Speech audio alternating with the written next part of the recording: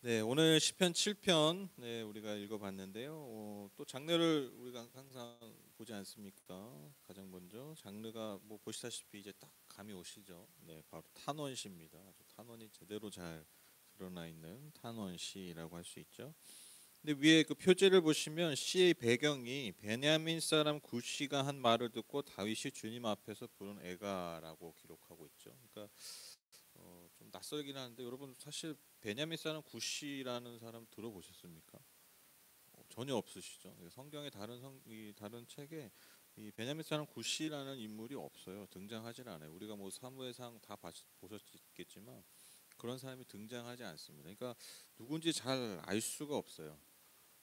그래서 여러분 어떤 상황인지 지금 다윗이 또 이 시편을 기록한 기도자가 근데 제가 말씀드렸죠. 이게 꼭 다윗의 상황일 수도 있고 다윗을 이용해서 이렇게 고백하는 그렇게 모음집이라고 할 수 있고 이렇게 학자들마다 얘기가 다릅니다. 근데 뭐 크게 그건 중요하지 않아요. 어쨌든 이 기도자가 이 시편을 지은 이 시인이 다윗이 어떤 베냐민 사람 굿시간 말을 듣고 했다고 하지만 우리가 이 상황을 알 수 없기 때문에 이 내용을 보고 이 상황을 우리가 좀 유출해야 되는데 아마도 지금 이 시인은요 하나님을 재판장으로 묘사하고 있고요 또 법정 또 판결이라는 말들이 등장하는 거로 미루어 봐서 지금 매우 억울한 상황에 빠져 있는 그러한 상황이라고 우리가 알 수 있다라는 것이죠. 그래서 이 시편의 전체적인 내용이 재판장이신 하나님께서 속히 개입하셔서 자신의 억울함을 풀어달라고 하나님 앞에 탄원하고 간구하고 있는 것입니다.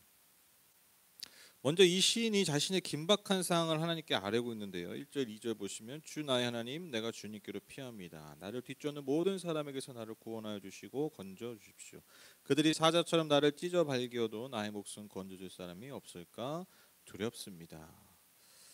1절에 보시면 주 나의 하나님, 그러니까 주라는 그 하나님의 이름을 부르고 또 나의 하나님이라고 부릅니다. 그래서 다른 어떤 하나님을 부르는 호칭, 그 하나님을 부르는 내용과 다르게 두 번 이름을 불러요. 두 번. 여러분 언제나 주여 1창보다 주여 2창이 간절하고 주여 2창보다 주여 3창이 간절하죠. 그렇죠? 정말 옛날에 막 너무 막 억울하고 너무 힘들면 막 주여 뭐 그냥 목 찢어져라 계속 주여 주여만 하잖아요. 그러니까 지금 이 시편의 기자가 두 번이나 하나님을 부른다는 것은 그만큼 하나님의 도우심이 너무 간절하게 필요하다라는 호소라는 것이죠. 왜냐 나를 죽이려고 쫓아오는 나를 찢어 발기려 그러니까 얼마나 지금 나를 대적하는 자들이 나를 완악하게 대하고 있는지 우리가 이 표현을 통해서 알 수 있습니다. 그러나 그렇게 나를 완전 찢어 발기듯이 사자가 나를 죽이려고 하는 그 원수들에게서 나를 구원해 주십시오. 그렇게 간절하게 하나님 앞에 호소하고 있는 것입니다. 이어지는 3절 5절에서 시인은요 자신의 무고함을 증명하기 위해서 일종의 형식인데요 자기저주 형식을 사용해요. 자기저주 형식. 그러니까 내가 만약에 이러이러하다면 즉 내가 만약에 이러이러한 잘못을 했다면 나에게 이렇게 해 주십시오. 나를 저주해 주십시오. 이러한 형식으로 자신의 결백을 주장하고 있습니다. 3절 5절 보시면 주 나의 하나님 내가 만약 이런 일을 저질렀다면 벌을 내려주십시오. 내가 손으로 폭력을 행했거나 친구의 우정을 악으로 갚았거나 나의 대적이라고 하여 까닭없이 그를 약탈했다면 원수들이 나를 뒤쫓아와서 내 목숨을 덮쳐서 땅에 짓밟고 내 명예를 짓밟아도 나는 좋습니다. 시인이 자기 저주 형식을 어떻게 얘기하고 있습니까? 만약 내가 죄를 지었다면 하나님께 말하는 거예요. 원수에게 잡혀도 좋고 목숨을 잃어도 좋고 내 명예가 짓밟혀도 즉 내가 완전히 멸망당해도 좋습니다라고 고백해요. 여러분 어떻게 이렇게 고백할 수 있습니까? 어떨 때 사람들이 이렇게 고백할 수 있죠? 자신 있는 거죠, 그렇죠? 나의 결백에 너무 자신이 있는 거예요. 그러니까 내가 만약에 정말 내 죄가 밝혀진다면 내가 완전히 죽어도 되고 마땅히 내가 멸망당해도 좋다. 그렇게 지금 고백한다는 것은 그만큼 하나님 앞에 사람 앞에 자신이 무고하고 결백하다라는 것이죠. 이러한 자신감 있는 자신의 결백을 분명히 주장한 후에 시인은요 하나님께 정의의 심판을 내달라고 간구합니다. 6절 보시면 주님 진노하며 일어나시고 내 대적들의 기세를 꺾으십시오. 하나님 깨어나셔서 판결을 내려주십시오. 지금 이 한 절에 동사 명령문이 세 개가 쓰여요. 주님 일어나 주시고 기세를 어떻게 해요? 꺾으시고 그 다음에 하나님 깨어나소서. 그러니까 하나님께 명령하는 거예요. 하나님 일어나시고 꺾으시고 깨어나소서. 뭐라 그럴까요? 버릇이 없는 그런 표현이 아니라 그러니까 그만큼 지금 이 시인은요 하나님의 즉각적이고 하나님의 확실한 개입 그것을 지금 하나님께 간구하고 있어요. 그러니까 하나님이 즉각적으로 개입하시고 확실하게 개입해달라는 이런 명령문을 사용했다는 것은 그만큼 그러니까 반대죠. 그만큼 자신의 상황이 어떤 긴박성, 처절함 이런 것들이 드러나고 있다라는 것입니다. 그래서 시인은요 7절에 보면 민족들 앞에서 자신의 무고함을 증명해 주시길 간구해요. 그러니까 모든 사람들이 다 그것을 볼 수 있도록 그러니까 그만큼 자신이 있는 거죠. 나의 무고함에 자신이 있기 때문에 모든 사람 모든 민족들을 불러서 재판해 주십시오. 그러니까 내가 완전 무죄 나는 죄가 없습니다. 그리고 8절에 보면 하나님이 나의 의와 성실을 따라 변호해 달라고 간구합니다. 그러니까 나의 의와 성실을 따라. 근데 여기서 말하는 의와 성실은요 무슨 자신의 완전 무결함을 말하는 어떤 교만함이 아니에요. 원수들이 나를 죽이고 나를 참소하고 있는 것에 대한 무결함, 의를 얘기하는 거죠. 그렇죠? 그러니까 나는 완전한 사람입니다. 뭐 이런 어떤 종교적인 어떤 그런 교만함이 아니라 하나님 내가 이 원수 앞에 이렇게 고통을 당하고 있는데 내가 그들 앞에 참소당하고 그들 때문에 멸망당할 사람이 아니라 그런 존재가 아니라 하나님 그걸 너무 잘 아시지 않습니까? 그래서 그것을 하나님께서 증명해 달라고 그것을 변호해 달라고 하나님께 간구하고 있는 것이죠. 9절에 보시면 약한 자의 악행을 뿌리 뽑아주시고 의인은 굳게 세워주십시오. 주님은 의로우신 하나님 사람의 마음속 생각을 낱낱이 살피시는 분입니다. 그러니까 지금 하나 시인이 믿고 있는 게 뭡니까? 시인이 기대고 있는 단 한 가지가 뭡니까? 하나님께서 악한 자를 뿌리 뽑으시고 의인을 굳게 세우시는 분이라는 걸 그는 믿고 있다. 그러니까 내가 지금 믿고 의지할 것, 즉 나의 억울함을 풀고 나의 무거움을 풀 수 있는 게 하나님밖에 없어요. 왜? 하나님은 반드시 악인을 심판하시고 의인은 세우시는 분이라는 것. 그가 그것을 믿었기 때문이라는 것입니다. 이런 하나님의 이 행동은 바로 그분 자체가 의로우신 하나님이시기 때문이죠. 인간처럼 왔다 갔다 하나 인간처럼 불완전한 그런 존재가 아니라 고대 근동의 많은 신들처럼 마치 인격을 가진 근데 부족한 인격이죠. 불완전한 인격을 가진 그런 신들이 아니라 완전한 의로우신 그 하나님. 그 하나님이시기 때문에 하나님이 이 상황을 분명하게 다 보고 계시고 분명하게 그분은 의의 판결하실 것이다. 그 믿음이 이 시편 기자에게 있었기 때문에 이러한 고백을 할 수 있었다라는 것입니다. 오늘 시인이 믿는 하나님이 어떤 분이신지 이어지는 10절에 더 잘 나타나고 있습니다. 10절 보시면 하나님은 나를 지키시는 방패시요 마음이 올바른 사람에게 승리를 안겨주시는 분이시다. 여기서 여러분 방패와요 마음의 이 정직함 올바른 사람이라는 게 연결이 돼요. 즉 마음이 올바른 사람, 즉 마음이 정직한 자에게 하나님이 승리와 구원을 주시는 방패가 되어 주신다는 거예요. 그러니까 방패 따로 마음 정직한 이게 아니라 그러니까 하나님 방패십니다. 따로 마음이 정직한 자에게 승리를 안겨주십니다. 따로 이게 아니라 마음이 정직한 자에게 승리를 주시는 분이 즉 방패가 되어 주신다는 거예요. 이어지는 여러분 11절에서 시인은요 하나님은 공정한 재판장이시고 악인을 벌하는 분이라고 고백합니다. 그래서 하나님은 회개하지 않는 죄인들을 분노로서 심판하실 것이다. 칼과 활 등의 심판을 준비하셔서 그들을 다 처단할 것이다. 그렇게 하나님은 아주 뭐라 그럴까요? 의의 재판장. 그 열정을 가진 정말 뭐 무기를 준비하잖아요. 그러니까 악인들을 결국엔 심판하실 그 하나님의 의지를 이 묘사를 통해서 잘 드러내고 있습니다. 그런데 이렇게 하나님이 의의 심판하시려고 준비하고 계시는데 이런 상황 앞에서 악인들은 어떻게 하고 있느냐? 14절 16절 보시면 악인은 악을 잉태하여 재앙과 거짓을 낳는구나. 함정을 깊이 파지만 그가 만든 구덩이에 그가 빠진다.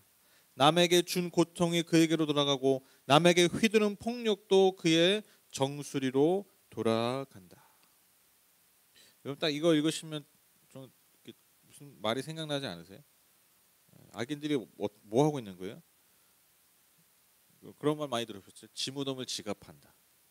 그렇죠. 지금 이 14절 16절에 나오는 이 악인들의 행태를 보면요. 몰라요, 몰라. 여러분 자기 무덤을 자기가 파는 사람이 자기 무덤을 파는 거 알아요, 몰라요? 모르잖아요.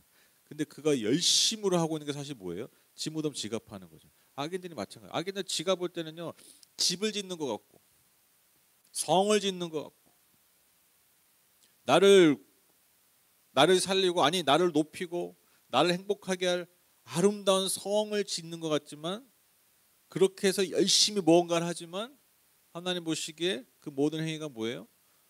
스스로 자기 무덤을 파는. 지금 여러분 14, 16절, 자기가 함정을 만드는 거예요. 구덩을 만드는 거예요. 대충 하지 않습니다. 여러분, 악인들 아시죠? 열심히 합니다. 그만큼 확신이 있기 때문에, 자기가 하는 일에 확신이 있기 때문에 자기 무덤을 열심히 깊이 파는 거예요. 얼마나 안타까운 일입니까, 그렇죠?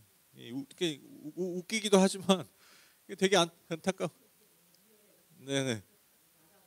네, 안타까워요. 진짜 너무 열심히 하잖아요. 악인들처럼 악한 사람들처럼 열심히 사람이 없어요, 사실 진짜로. 아니 전 진짜 농담이야, 과장이 아니라 가끔 그런 거 보면요, 저 사람의 성실함을 배우고 싶다, 그런 생각 진짜 들 때 있어요. 저렇게 막 진짜 막 그 먹이를 향해 달려가는 사자처럼. 저거는, 저런 열정이 내가 만약에 하나님을 향한 열정이 저 정도였다면 내가 진짜 교주가 됐겠다. 그렇게 열심히 사는데, 근데 이게 안타까운 게 뭡니까? 이게 얼마나 무지하고 얼마나 안타깝고 얼마나 어리석은 행위입니까? 스스로 자기의 무덤을 파는 것. 수많은 사람들이 이렇게 살고 있다는 것이죠. 마지막으로 시인은요, 하나님의 의로우심과 높으신 주님의 이름을 찬양하면서 오늘의 기도와 오늘의 간구를 마무리하고 있습니다. 17절 보시면, 나는 주님의 의로우심을 찬송하고 가장 높으신 주님의 이름을 노래하련다. 여러분, 우리가 하나님 앞에 고백하는 거 있잖아요. 하나님 이런 분이십니다. 그렇게 보면요, 사실 잘 보면요, 그게 나한테 되게 필요한 거거든요. 제가 예전에 이렇게 되게 좀 제 나름의 고통의 시간을 통과할 때 제가 정말 좋아했던 찬양들이 어떤 거냐면, 신실하신 하나님에 대한 고백. 신실하신 하나님. 제가 가장 이렇게 마음이 가고 가장 정말 이렇게 마음에 와닿던 그 하나님의 어떤 성품들이 있잖아요. 그게 신실하신 하나님이었거든요. 그러니까 왜 제가 신실하신 하나님을 이렇게 고백했을까 돌아보면, 그때 내 삶이 하나님한테 내 삶이 이렇게 신실해 보이지 않았어. 아니 그러니까 하나님이 살아계시다면 내 삶이 이러면 안 돼. 그러니까 신실하지 않아. 근데 역설적으로 제가 그 당시에 정말 하나님의 어떤 신실하심을 정말 믿었고요. 오히려 더 삶이 그냥 뭐 평탄하고 삶이 그냥 이렇게 관성적으로 갈 때는 고백할 수 없는 그런 고백을 하게 되더라고요. 여러분, 오늘 이 시편의 마지막 이 고백, 이 시편 기자의 이 찬양, 그냥 뭐 너무 단순한 말 같잖아요. 늘 식상한 말 같잖아요. 근데 지금 뭐 하고 있습니까? 주님의 의로우심을 찬양. 그리고 주님의 가장 높으신 하는 주님의 이름을 노래한다. 그러니까 지금 이걸 반대로 하면요, 어떻게 보면 이 시인의 상황이에요. 나는 지금 불의함 가운데 있는 거예요. 내가 어떻게 바꿀 수 없는. 또 지금 내 이름은 땅에 떨어져 있는 거예요. 원수들 때문에. 그러니까 지금 시편 기자가 뭘 고백하는 거예요? 의의 하나님, 주님을 찬양합니다. 가장 높으신 이름을 가진 신 그 하나님, 그 하나님을 찬양합니다. 왜? 그 하나님이 나의 의를 회복하시고 나의 이름을 회복해 주실 것이기 때문에.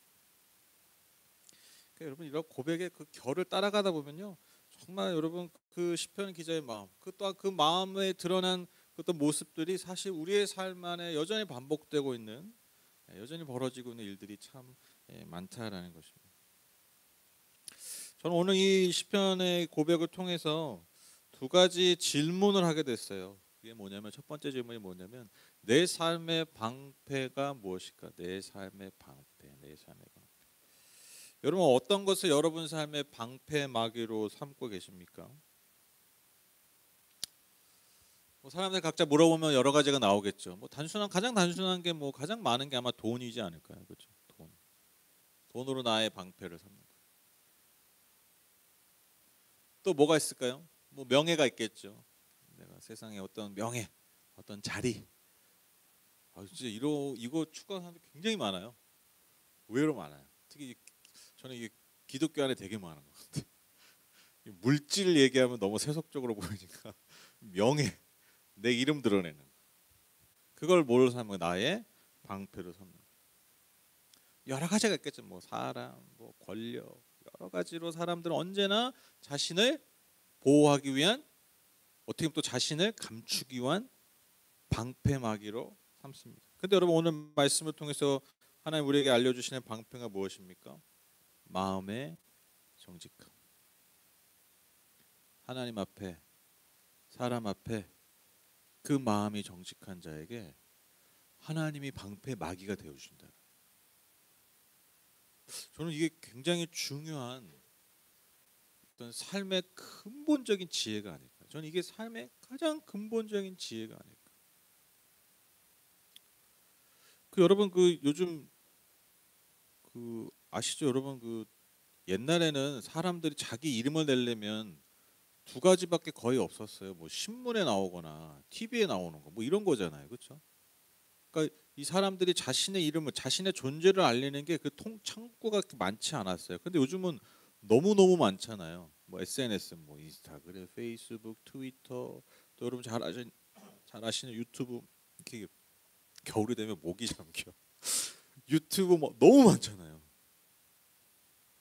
그래서 여러분, 옛날에는 뭐 연예인이 뭐 그렇게 뭐 많은 것 같지, 요즘 뭐 다 연예인이죠. 뭐 다 뭐 진짜 연예인 같이 살아요.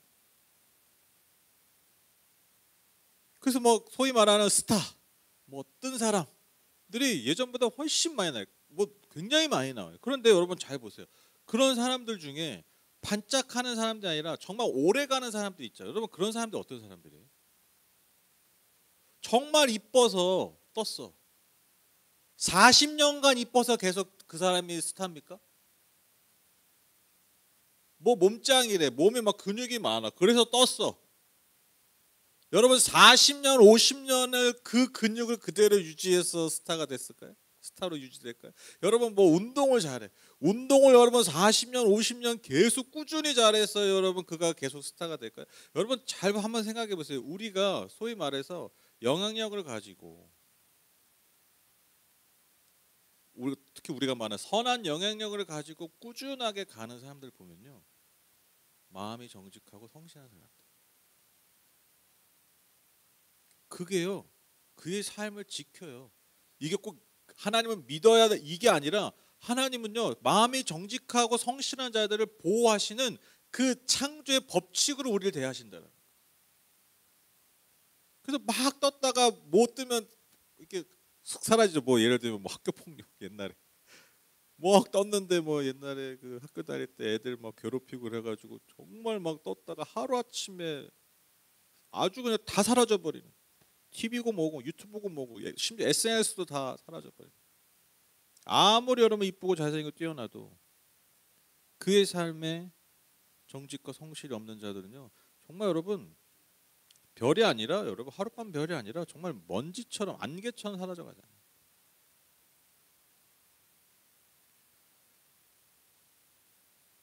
저는 그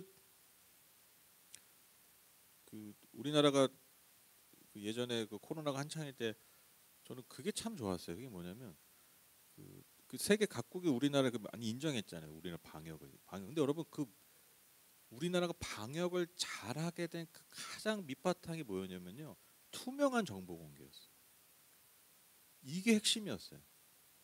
그것들을 칭찬했어요, 외신에서. 근데 막 여러분 아시는 뭐 옛날에 그 누구 트럼프인가요? 막 속이고 막 유언비어 막 오히려 막 정부에서 그런 얘기를 하고. 우리가, 예, 이런 것에 대해서 정직하게 투명하게 그 정보를 공개하고 그렇게 하니까요, 여러분 그 신뢰가 쌓이니까요, 여러분 그 위에 여러분 정책들이 잘 진행돼요. 그 해외에서 외신들이나 외국인들이 그걸 보고, 아 참, 예, 정부와 국민들이 이 코로나를 잘 극복해 나간다. 여러분, 그런 부분들을 칭찬했다는 거예요. 무슨 뭐 뭘 빨리빨리 하고, 이건 여러분 그냥 부가적인 거예요. 저는 그때 다시 한번 깨달아, 뭐가 가장 강력한 우리의 힘이냐면요, 하나님과 사람 앞에서의 정직함, 그 성실한 마음의 중심이라는 거죠. 단지 내가 뭔가를 많이 가지고 많이 소유하는 것이 여러분 나를 지키는 게, 그러니까 결국엔 나를 지키는 게 아니라는 거예요. 오늘 말씀의 제목처럼 결국 나를 지켜주는 게 뭔가, 결국 나를 지켜주는 게 뭔가. 하나님과 사람 앞에서의 정직함. 우리가 그것을 회복해야 된다라는 것입니다.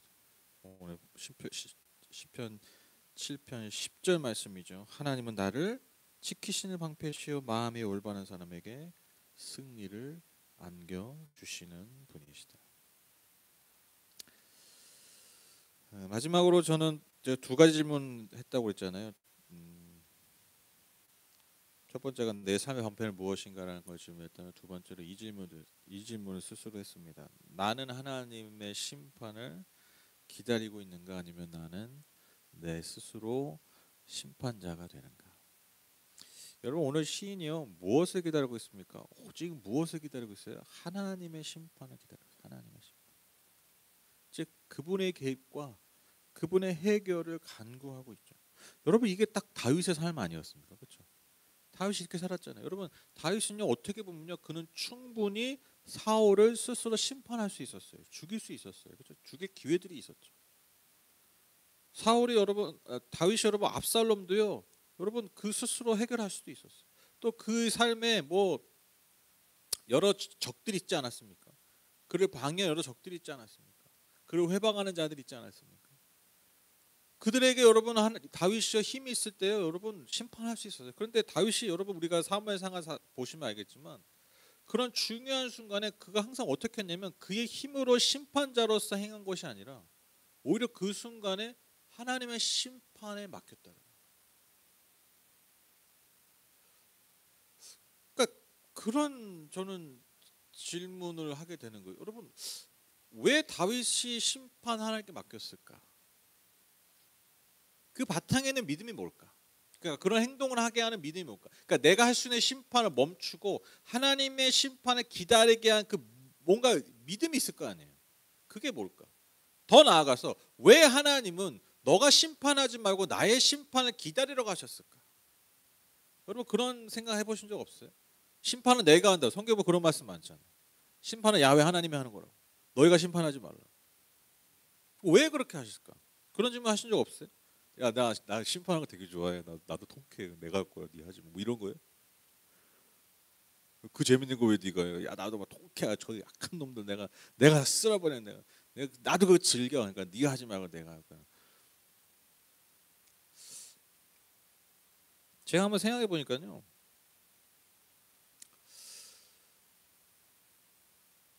일단 가장 기본적인 건 뭐냐면 하나님의 주권, 즉 심판은 하나님이 하신다는 그 주권을 인정한 거죠. 다윗이. 그렇죠. 근데 그냥 이것이 무슨 어떤 기계적인 하나님의 주권이니까 인정하고 이런 게 아니라 더 나아가서 어떠한 주권을 신뢰하는 거냐면 그 원수를 향한, 즉 나를 괴롭히는 원수를 향한 주권을 인정한 것이 아니라 그 원수에게 고통당하고 있는 나의 삶에 대한 주권도 인정하니까요 그 원수를 내가 심판하지 않는 거예요. 무슨 말인지 아세요? 원수를 심판하는 게 어떻게 보면 지금 원수가 나한테 심판하고 있는 그 상황과 똑같은 거잖아요. 인간 대 인간으로 보면. 즉 원인과 다 결과가 똑같다라는 거예요. 그러니까 다윗이 인정한 주권이 뭐냐면 저 원수를 향한 하나님의 심판의 주권을 인정함과 아울러서 저 원수가 지금 나를 괴롭히고 있는 이 상황에 대한 주권을 인정하는 거예요. 그러니까 뭐예요? 이 상황을 내 스스로 없애는 게 아니라 이 상황을 허락하신 하나님의 주권을 인정했기 때문에. 이해되시죠? 사울에게 쫓기고 있는 이 상황을 내가 빨리 극복하려고 사는 것이 아니라 이 상황을 내게 허락하신 하나님의 주권을 인정한 거예요. 그러니까 기다리는 거예요. 이해되시죠? 여러분, 저와 여러분 삶에 어떤 예를 들면 예상치 못한 고난과 또 예를 들면 반복되는 어떤 어려움들이 있지 않습니까? 근데 거기에 뭐가 있는 거예요? 그냥 단순히 어렵고 힘든 일, 빨리 없어져 버려야 되는 일, 이것만이 아니잖아요. 여러분 다 우리 인정하잖아요. 뭘 인정해요? 내 삶을 향한 하나님의 은혜와 주권 인정하잖아요. 그 말인즉슨 내 삶에 지금 어떠한 고통과 어려움이 있다는 건요. 그것도 뭐라는 거예요? 하나님의 주권. 그걸 내가 믿음으로 인정한다면 그것을 없애기 위해서 사는 것이 아니라 그것을 통한 하나님의 뜻을 알고 그 뜻을 성취하기 위한 삶을 사는 거죠. 이게 여러분 하나님을 말 그대로 믿는 자의 삶이라는 거죠. 여러분 다윗이 그걸 한 거예요. 다윗이 복수하지 않았다. 다윗은 사울에게 압살롬에게 복수하지 않았다. 여러분 이게 핵심이 아니에요. 그는 자신의 삶에 늘 따라다녔던 그 원수들을 허락하신 하나님의 뜻을 알기 원했다.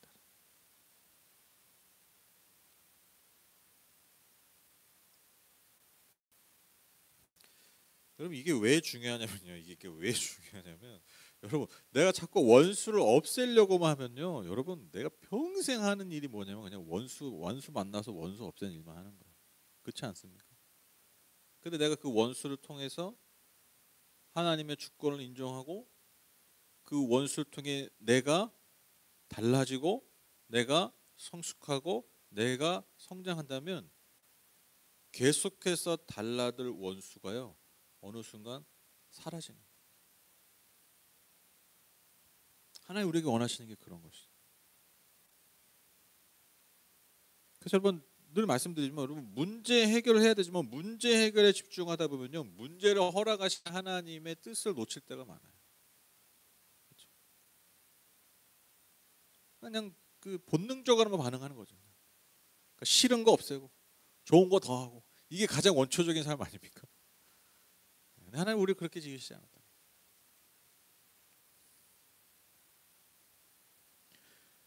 여러분 오늘 시인은요. 하나님의 심판을 기다리고 있어요. 그 기다림의 시간의 의미를 아는 것.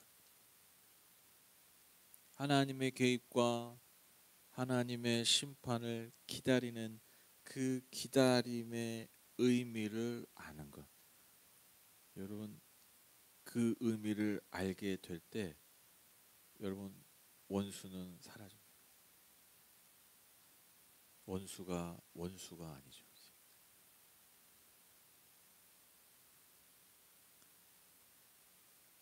저는 하나님이 그 다윗을 기뻐했던 것이 저는 이거였다고 봐요. 다윗을 기뻐하셨던 너무 기뻐하셨잖아요. 다윗을 기뻐했던 것들이 여러 가지가 있지만 우리 아영자매는 성경 통독하고 다윗이 되게 싫어졌다고 그러는데 삶이 엉망진창이어가지고 맨날 외도하고 바람피고 여자 좋아하고 가정교육도 못하고 정말 실망스러운 존재였다. 옛날에 다윗 좋아했는데 다윗처럼 엉망진창의 사람 없잖아요. 사실 되게 엉망진창이야.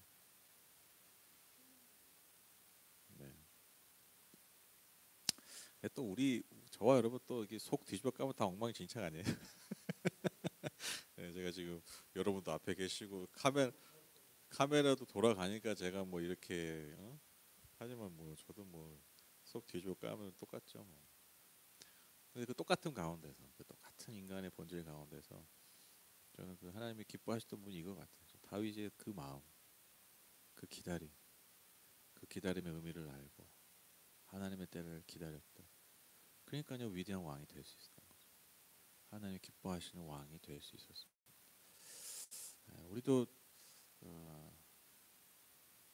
하나님 앞에 심판을 기다릴 수 있는 그러한 믿음을 그 기다림의 의미를 기다릴 수 있는 깨닫기까지 기다릴 수 있는 그런 저와 여러분 되셨으면 좋겠습니다. 그래서 결국엔 하나님께서 원수를 파하시고 더 나아가서 원수가 아닌 귀여운 애완동물이 돼버리는 그런 상황이 있잖아요. 그런 능력을 경험하시는 저와 여러분 되셨으면 좋겠습니다. 오늘 말씀을 갈무리하면서 내 삶의 방패가 무엇인지 여러분 다시 한번 기억하셨으면 좋겠어요. 나를 지키는 거, 정말 결국에 나를 지켜주는 거. 하나님과 사람 앞에서의 마음의 정직함과 성실함이라는 것을 우리가 기억하시고 더 나아가서 하나님의 심판을 기다리는 그 기다림의 의미를 아는 저와 여러분 되셔서 여러분 오늘의 이 시편의 고백이 과거의 고백, 한때의 고백이 되는 그런 은혜를 누리시는 저와 여러분 다 되시기를 주님의 이름으로 축복합니다. 제가 기도하고 마치겠습니다.